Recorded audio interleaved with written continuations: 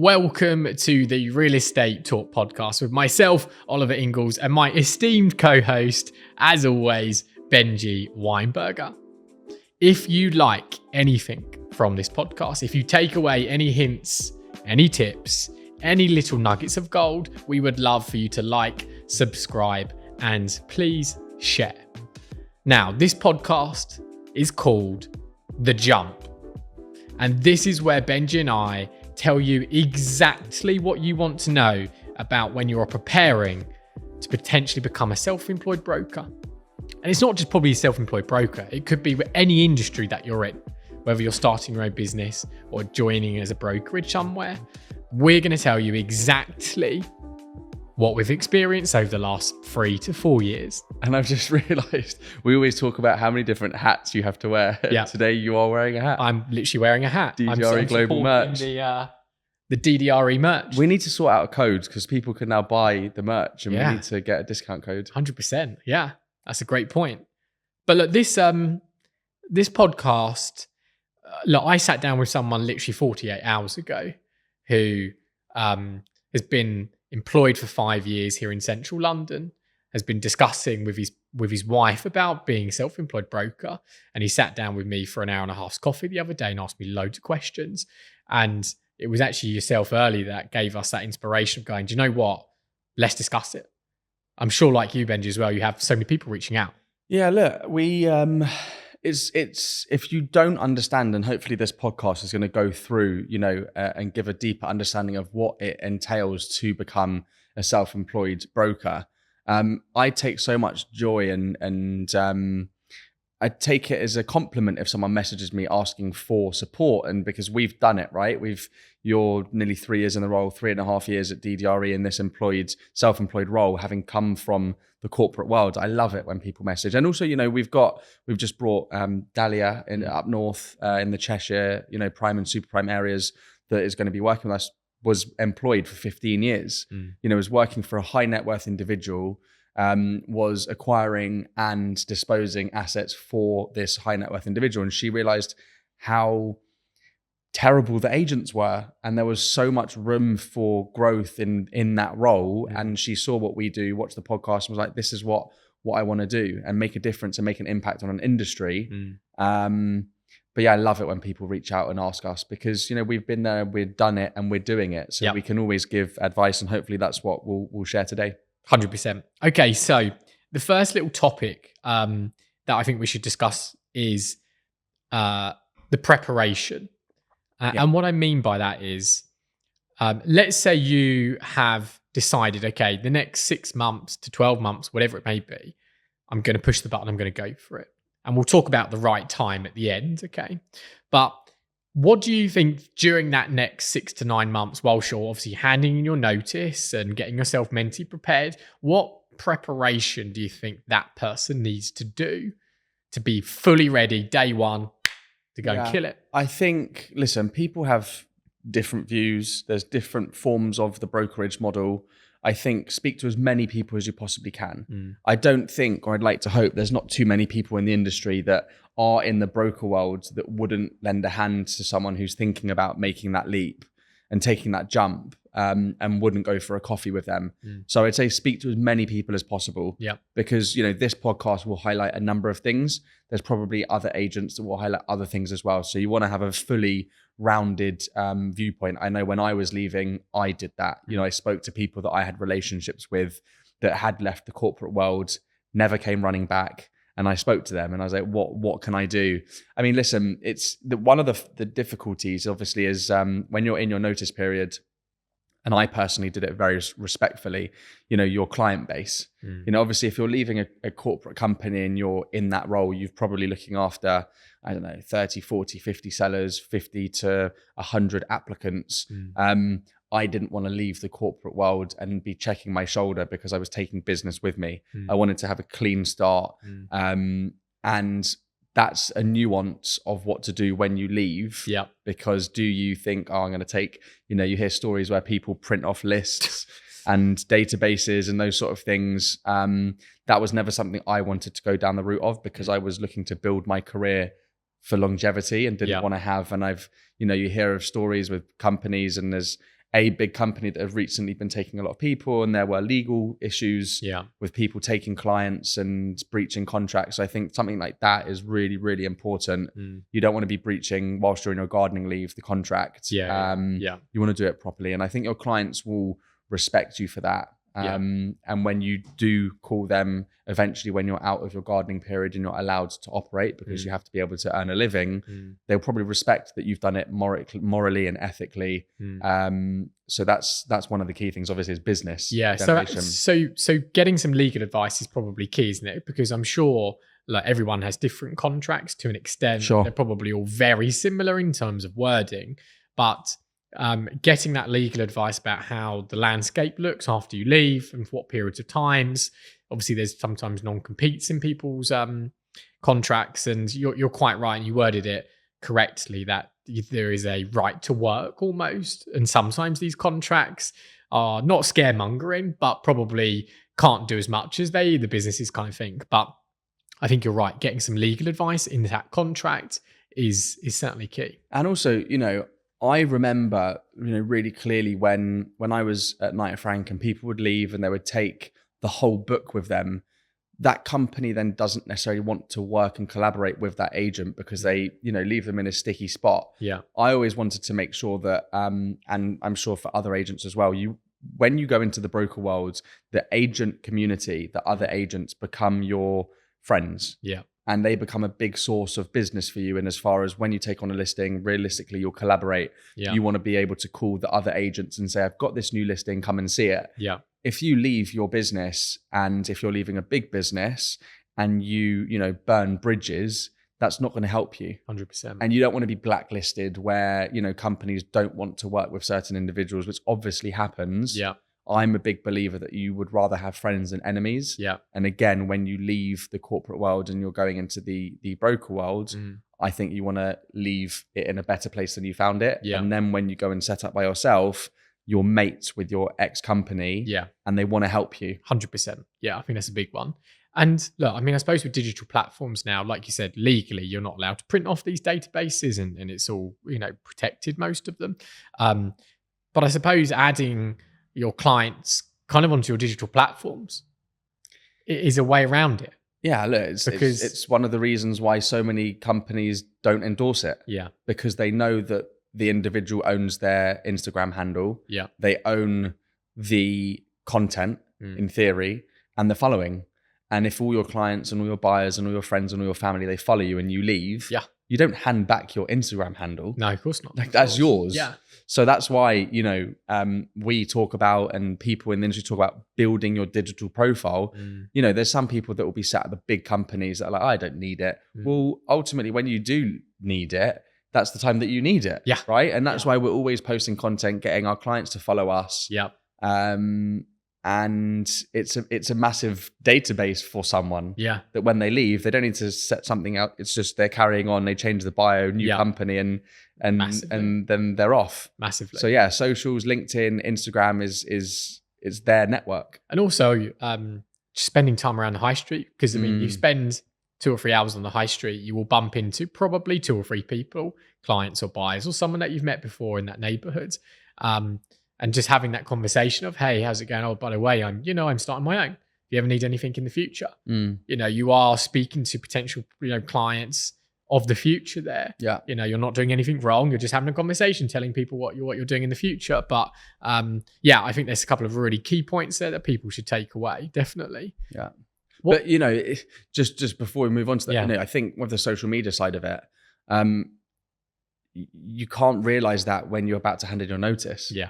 People who are what you need to be, obviously we talk about social media irrespective of the fact of your moving companies handing in notice, but it's so important that you're constantly posting content. You never know when you need that following and that community. And if you realize you're going to hand in your notice and you've got 3 months gardening leave, posting content for that, it's probably too late. You need to be doing it now. 100%. Previous. 100%. Something which I spoke to this guy the other day about was a business plan, certainly in the first 6 to 12 months. Because again, a lot of people like that have been employed for probably their whole life. So they've never really had to go through producing a business plan. And looking back, I think that's one thing that I sat down on my own, before I left. I was like, okay, what are my personal targets for the next 12 months? What am I going to try and do? And how do I structure that? You can all sit there day one and go, okay, I've got no listings. I've got no business. I've got 8 hours of the day, 9, 10 hours of the day. What do I even go and do? And I think actually having your, building that structured element of, okay, for the first 3 months, I'm going to go I did 1 million coffees. And we were talking about the other day. I met so many wealth managers and private offices and were just networking with people. I was at home house probably 5 hours of the day. And that was part of my plan, to spend 2 or 3 hours a day trying to meet new people. And then there was, 2 or 3 hours a day of going to old contacts of solicitors and lawyers and people that I've done business with in the past. Yeah. And I think it's really critical to start to think, especially in the early stances, where's my first listings or where are my first buys going to come from? Yeah, look, so one of the things I really disliked, although actually deep down I enjoyed it because I'm very competitive. I hated the KPIs, leaderboards, targets, all of those sort of things. And I think it makes agents do things that they perhaps wouldn't ordinarily do because they need to hit a target. Yeah. I think there is also merit of having some form of structure. Yeah. Because if you have the opposite end where you're kind of just willy-nilly, shooting from the hip, that's also not great. So I think there is a balance between the two. But it's funny because when I left 3.5 years ago, there was a list of people that I thought, okay, this is who I'm going to be able to target. These are the listings I'm going to get. None of them on that list were the ones that eventually were my first batch of listings. So it's funny, yes, you kind of want to have that idea. And realistically, if you don't have a big list of clients that where you're going to start on day one, maybe leaving the employed role is not for you because, you need to have an idea of kind of where your business is going to come from. But I did that. Yeah. And nothing on that list I'm probably exaggerating a little bit. I'm sure a few things did. Yeah. But it was things that weren't on that list that kind of cropped up out of nowhere. Yeah. That ended up being my first few pieces of business. And can you remember any then little nuggets of I tried this and it really worked, and this is where I've got one of my listings for in the first couple of months? Can you remember back to that? Look, the truth is, just being totally frank, I struggled at the beginning to bring in my own business. I was fortunate that I was working with Daniel, and he was busy building a business, and he wasn't the guy on the ground, and he wasn't able to facilitate his clients and be there for viewings and give weekly updates. So I was that person. Yeah. So I was looking after some very expensive homes of his and was getting all the inquiries, but they were all his clients and his listings. So I was fortunate that I had a soft landing going into the broker world because I was leveraging off Daniel's network and he was giving me business. This was when there were, 8 people at DDRE. Yeah. There were 2 other agents. Now we're 50 strong and 30 agents. Obviously it's slightly different, but I'm further progressed in my career. So the truth is, and we'll go through it in terms of what the hats are and things you need to be good at as a self-employed broker. Business generation. I was fortunate that I was leveraging off Daniel, and so ironically, I look back after 1 or 2 years, and I never actually went through like I would suggest to another agent to do and go and call every person in my phone diary. I was too busy with Daniel's clients. So after 2 years, I didn't do that. And then obviously that relationship has probably gone a bit stale because you haven't touched base with them. But business gen as a new agent is probably one of the hardest things because you go from a comfortable seat of hiding behind a corporate brand where you're probably fed a lot of business. And then you go into the broker world and you're like, see you, mate, you're by yourself. 100%. And obviously, here we tried to help each other at DDRE and we tried to help other agents because if they win, we win, it kind of the snowball effect. But ultimately, everyone's out for themselves. And if you can't sit in front of a client and pitch for business, 100%. And look, I think it's key. I think, as I said, I had 2 or 3 different tranches of okay, right, where's my first couple of listings going to come from? Did you sit down and go through? Yeah, I definitely did. And I went through, as I said, part of it was, where's my low hanging fruit of maybe certain developers or certain people that I know. There was always multiple agency contracts and things that I could pick up quickly. Obviously, I really heavily targeted my old network of wealth managers plus new networks of wealth managers. I've never personally done touting. I've never done What do you mean by touting is in like letters to people. I never really kind of started that. But I would actively, I remember super vividly reaching out to a developer. There was a house over in Notting Hill. It was, I think, just over £10 million. It was on with a peculiar agent who I'd never even heard of. And I remember calling up that said developer, getting through to someone on the phone, and literally booking myself a viewing, to go and view the house, knowing that when I got there, the developer was going to be there because he was the one showing the house. So the agent wasn't there? They were the agent. Oh, they were the agent. What I found out, the developer had started his own agency. Got you. To obviously save 2%. Save 2.5%, 3%, and do it himself. Now, great. I mean, I was direct to the developer and actually had those, so it's like those little initiatives of, right, how can I sit down with this person? But that's really smart, and not everyone can think outside the box like that. Yeah. And I think that's key. Did you get that listing? Well, yeah. And that was one of my first big listings. And I think that is the key to sitting down going, right, okay, in the short term, where's my low-hanging fruit going to come from? In the long term, how am I building those relationships? Plus then supporting that with personal brand and trying to attract new business. Yeah. So yeah, I think having that business plan is going to be critical for a lot of people. Yeah. Now, look, we spoke about it to Dahlia the other day, and you have to be very careful with the type of listings you bring on at the start. Yeah. Brand is everything now. And obviously we work at DDRE Global where, 85% of our listings, are over £5 million. Yeah. We have some below because they are clients who are ultra high net worths, and we will never say no to that client. They come to us for a reason.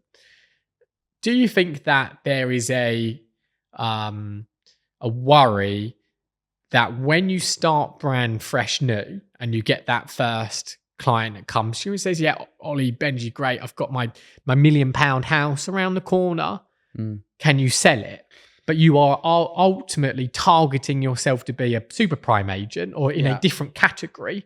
What would you do? What would I do? I think I have a few different answers. I think it depends on who the agent is.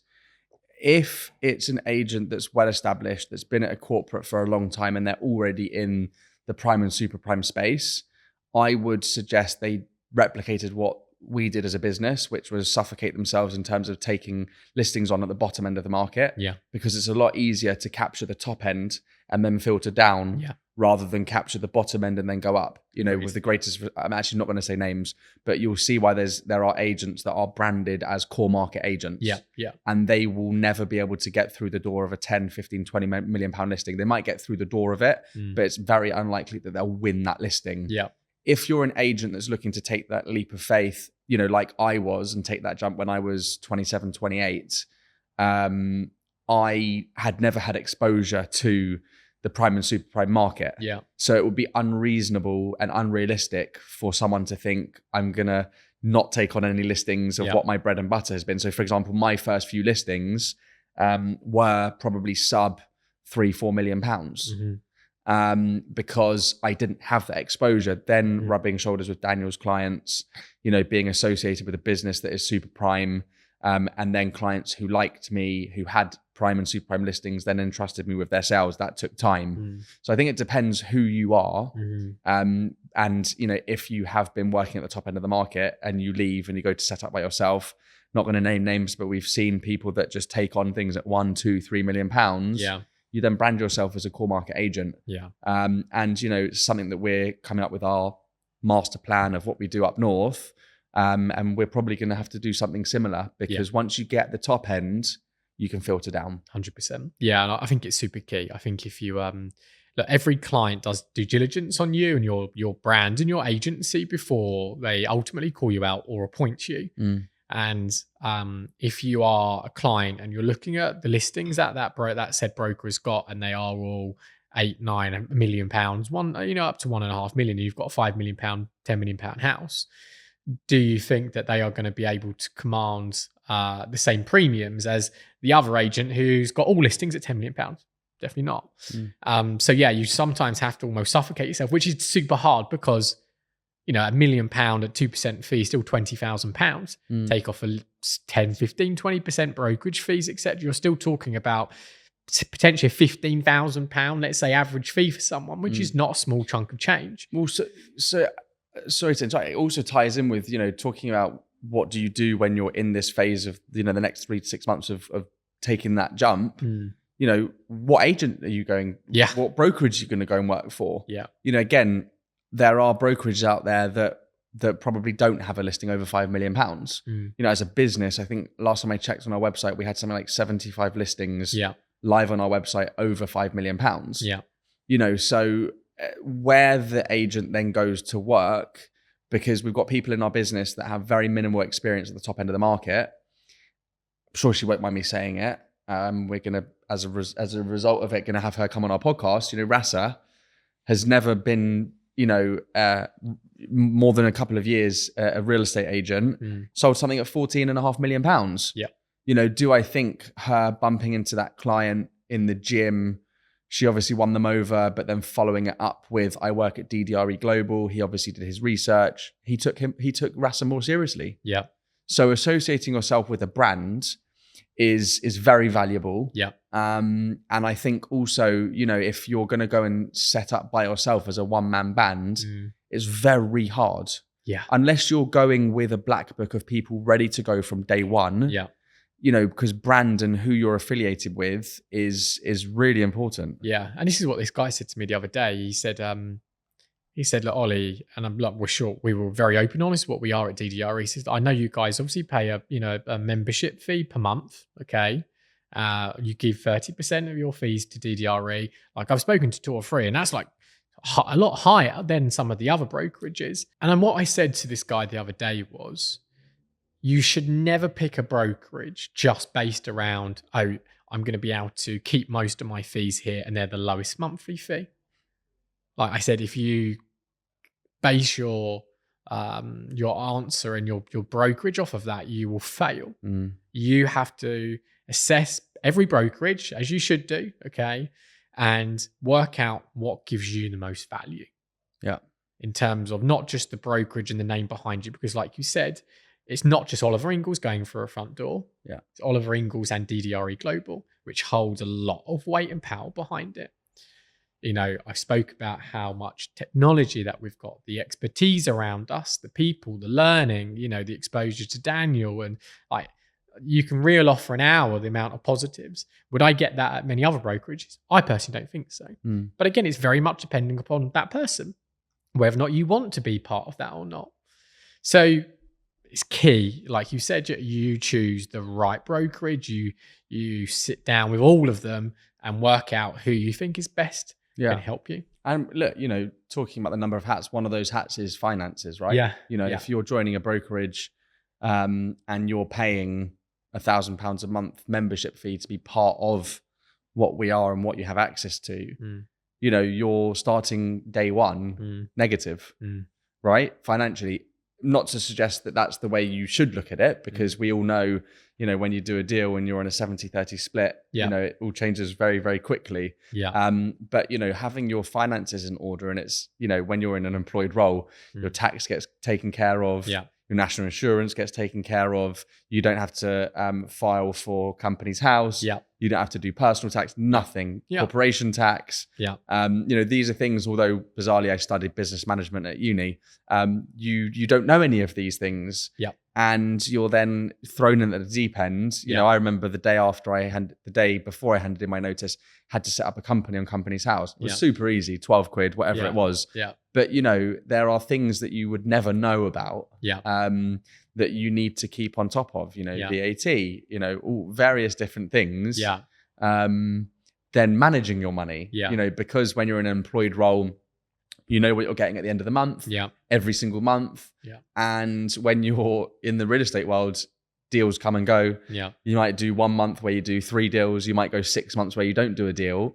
And if you are not good at managing your money and you then go 6 months without doing a deal, you're in a tricky position. 100%. So finding the balance of how to manage your finances when it can be quite, you know, I don't know, a sporadic in terms of deals coming and going. That's also a big part of self-employed and brokerage. Massive. Look, I think from a lot of people that I've spoken to who have reached out to us to say, look, I'm really seriously thinking it, but I'd probably say 75% of those people say it's not quite right yet because I haven't like got enough money, or you know, maybe another 12 months and I'll put a bit of savings away. And I specifically said to this guy the other day, I said, look, in 12 months' time, let's say you can save another £10,000. All right. I said, joining a brokerage and starting tomorrow, the amount that you could be further in 12 months' time with your business in terms of networking, personal brand, probably done a couple of extra deals that you didn't think you were going to do to make that money back, you know, rather than starting in 12 months' time for an extra 10 grand, where you're going to sit behind that seat and not learn anything for the next 12 months and you've got another two, you know, you just lost it really. I said, look, I get the monetary, and we did the same. Okay. You know, I think we openly said it before. I took a little bit of money out of my house. I had a little bit saved up. I borrowed a little bit from family, and I gave myself a buffer. I put away, I had about 12 months behind me. That was 12 months money to pay the mortgage, pay the school bills. Whilst getting zero income. Zero income. So let's say I made no money for 12 months. Okay. I would be okay for the next 12 months. And you did the deal within your first 2 weeks. I did my first deal in 2 weeks. And actually in the first year, I was like earning the same amount as I did even when I left my previous company. And look, you can never think like that. I suppose I was like, right, what's worst case scenario? You have to think like that. You know, what's worst case and how do I plan for it? But what I suppose I did learn, and the advice I was given to this guy is, if you wait for the right time or the right amount of money in my account, you could be there decades. Yeah, there's no such thing as a right time. You know, I think, and this business is evolving quite quickly. I think the industry is evolving quite quickly. I think now is the time to do it. Yeah. If you probably reversed when we did it, it was a lot more, although Daniel won't agree, a lot riskier. I think we've paved the way for it, making it a lot easier for a lot of people, because we're showing that we can do it, you can do it, and it works. Yeah. And I don't think there's such a thing in life in general, whether that's work, family, friends, whatever is at the right time. There's never a right time. Yeah. But you know, also for me, when I was leaving, it felt like I had reached a point where I needed to get out of the corporate world, and it did feel like the right time, ironically. Yeah. But if you're continuously waiting for something else will always pop up. Yeah. You know, you'll have that money saved, and then your missus will fall pregnant, and then the money goes towards that, or you know, there's a leak at the house or something happens. There's always something that pops up. Yeah. But going back to your point in terms of, I know I joked that you did a deal within 2 weeks. I think having a plan of 12 months savings, which I know for some people might not be possible, because the reality is you could go a while without doing your first deal. Just the nature of the sales cycle, getting that first client, finding the buyer. The market right now is tough. You know, you do want to give yourself and be smart with that buffer. Because you want to give it a proper crack, that if you only give it, you know, 3 or 4 months and it doesn't work, and then you go back to the employer, you haven't really properly pushed at it. Agreed. So I think giving yourself that buffer and maybe coming up with that financial plan of 12-month savings, living off the bare minimum, and then you'd like to hope after 6 months you do your first deal and the plan's scrapped, and it's like, right, let's just build on that and invest in my business. 100%. And it was really interesting what the guy said the other day, because when you're at these employed companies, you earn a little salary, you might have a holiday or 2 a year, you've got an all right little car, and you know, and all the rest of the stuff. You say, but I have to like chuck that away for the first year. And I remember reading, I've listened to many podcasts, and all of these successful entrepreneurs said the best time in my life was when I could barely afford something at the start of my business. Yeah. And you were grinding. You know, you were absolutely grinding. And he said, yeah, do you know what? You know, after a while, when you get a bit of success, you get a bit more money come through, and you treat yourself to a couple of nice holidays and a nice car. It's like, yeah, it's all well and good. I loved the times when I was scrapping. Yeah. You know, I was like, I've got to go and find that deal. I've got to go and find that bit of business. I've got to go and kill that, because at the moment I'm eating beans on toast. That was the fun point. And I said, you have to have support around you as a network, okay, from your wife, your husband, your family, or whoever it might be around you. Okay. But this is the part of the journey. This is the story that we're going to go through together. And this is why it's going to be so fun. And I think that's why I think we, or should I say, a lot of entrepreneurs gravitate towards our business, because they understand that we are entrepreneurs, that we are not paid a salary, that we're not sitting there, we're trying to build something for ourselves. In adversity, we're helping build a very entrepreneurial business. And I've realized that a lot of our clients love that entrepreneurial spirit because they've been there themselves and they've built a business themselves. And they understand that going to your corporate company is you're not going to get the same level of hunger, desire, passion than you will get from an entrepreneur who's building his business. 100%. Because his balls are on the line. I love that. Yeah, 100%. And it's the fun of it. That is the best bit. Yeah. So a couple of hats that we can go through. Because I know in the corporate world, you'll have listers who go out on the valuations. You'll have the negotiators who do the viewings. Then you'll have someone senior who does the offers. Then you'll have sales progression. So there's like various different departments. When you're self-employed, we're all of those people, aren't we? Yeah, massively. I think we spoke about this on one of the other podcasts, and it probably is in the preparation element. You have to very quickly start to educate yourself of every other role. And let's just go through some of these hats. We're talking from marketeer to accountant, like you said earlier. You know, you're running a business. You've got to look at your own spreadsheets. You've got to work out your own VAT and how much you've got and what you can invest in, what you can't. You've got to go and find the business. You've got to then understand the terms of business. You've got to go network. You've got to understand the terms of business. You've got to be able to present to the client. You've got to be able to show a home. You have to be strong at negotiating. You have to be strong at sales progression. All of the above. You know, you have to do everything. Present in podcasts, part of social. You have to start learning everything. And look, we're not all good at everything. Like, we're not. We're humans. You know, you're probably good at maybe 30, 40, 50% of that. But then if not, you have to educate yourself on the others. You're saying I'm only good at 30 to 40%? Well, maybe 20% for some. I'm joking. No, but you know, not everyone's good at everything. We know that. Okay. That's why in the office, sometimes there are amazing managers. Actually, those managers as negotiators are awful. And vice versa. Some like you're amazing negotiators and then they go up to be a manager and they're like, I don't know what to do. So you have to be able to educate yourself now in all of these sectors. And again, I think that's again around the people that are around you. Like I believe that you breed now that educational side from the people that you speak to, from the books that you read, the podcasts you listen to, the people that you interact with daily.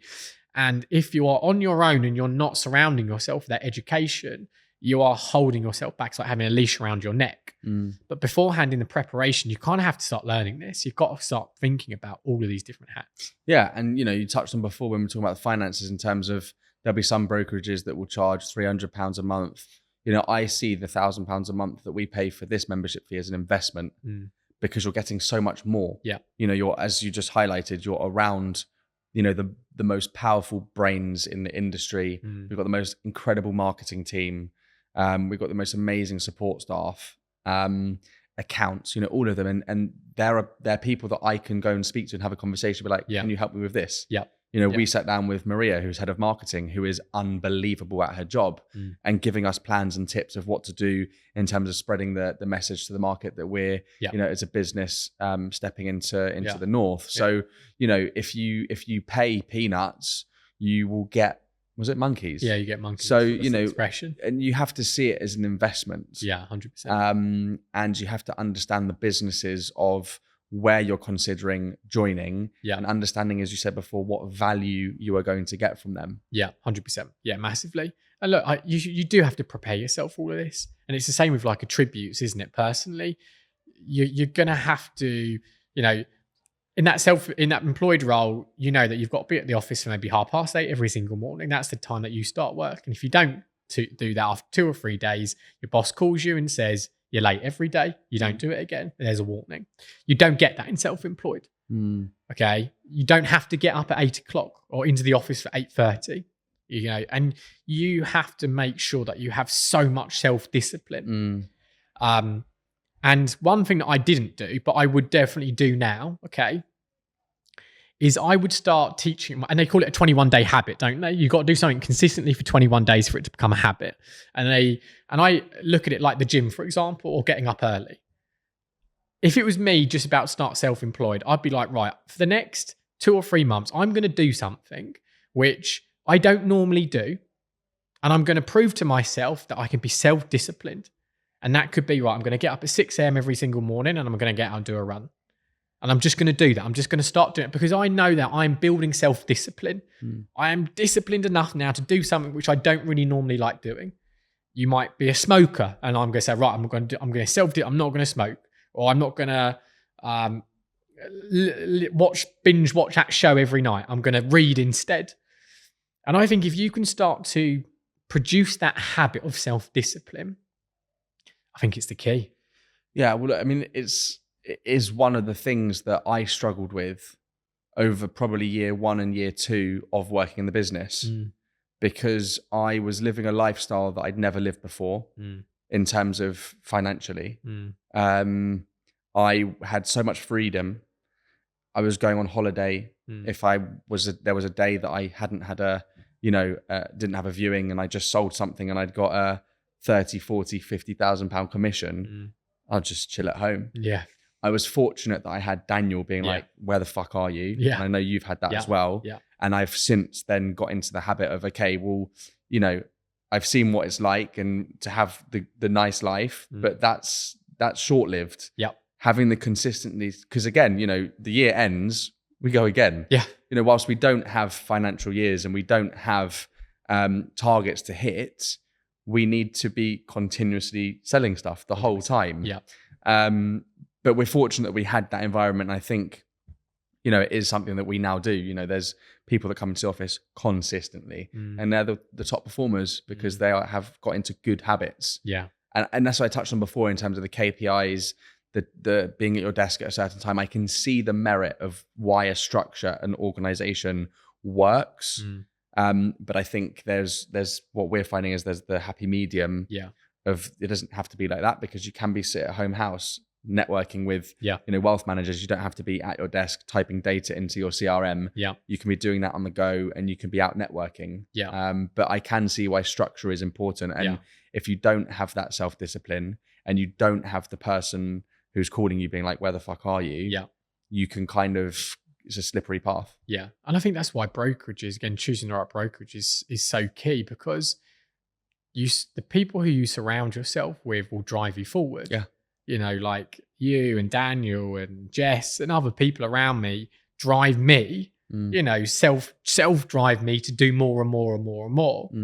Whether or not it's picking up the phone or like success stories or just being success, you want to be that successful as everyone else around you too. So you push and push and push. What do they say? You become the average of your 3 or 4 closest people. Massively. I mean, yesterday we were doing that power pitching presentation with Dahlia. Yeah. Hearing some of the things that you were saying, I was mind blown. I was like, I'm learning. Yeah. The thing about the doctor comment that you made, I'm like, I'm going to use that and reword it into my way. Yeah. When you're around people who are amazing at what they do, you become better, amazing and better. Yeah. And that's why, choosing that element of where you're going to set up and your structure and how you work. And some people might not be a brokers. They might want to, like I say, might open up Ollie Ingalls on his own. But you have to have the people around you to keep inspiring you, to keep learning from, because that will ultimately make you a better person. So kind of drawing it back and going back to it in terms of what would we advise someone to do before they're thinking about taking that leap of faith? I think they need to take a long look at themselves and their capabilities. Agreed, yeah. And look at it from a very cynical point of view. Yeah. It's all good and well being like, I can do that. Yeah. But can you do that? Yeah. Because when you're self-employed, you have to do that. Yeah. Yeah. And if you don't do a good job at it, you might not make the biggest success of it. 100%. So I think you need to, reeling off those things that we just touched on, the different hats that you have to have. Yeah. If you're sat in an office and you are the valuer, have you ever negotiated? Have you ever done viewings before? If you're thinking about making that leap of faith and you've never done viewings before, is going into the self-employed role something for you? Yeah. Do you maybe need to take a step back from the valuer role and move sideways, be an agent and do viewings for 6 months? And if you're good at it, then that's another thing you've ticked. 100%. Because what you don't want to do is leave a good seat and then not be good at the role because there's so many things that entails. But one of the other things that we haven't really even touched on is yes, we're talking about all the working hats. Yeah. We're also humans, right? Yeah. You know, we're lucky we've got amazing partners. You've got Alfie, you know, you want to be there, you want to be present. So whilst you're building your business, you're also a friend, a partner, a son, you know, that you also have to juggle all of those hats. You go to the gym, I play football, I'm part of a squad, I've got commitments twice a week. You know, there's so many different things outside of just work that you need to do as well. Mate, it's hard. Yeah. You know, you desperately, you know, I think in any self-employed role, whenever you start, you have to be desperate to win and be successful. You have to be desperate for it. You have to crave it. But like you said, you have to juggle everything now. You have to, you know, have to be a good husband or a good wife, or, you know, you have to be a good dad. And, you know, you want to look after your parents and you want to see your grandparents, you know, you want to spend time with your friends and you've got to keep healthy now. You are juggling everything all day long. Yeah. One thing I would add to that, and not to disagree with it, just to look at it from a different spin in terms of being so desperate to win. Yeah.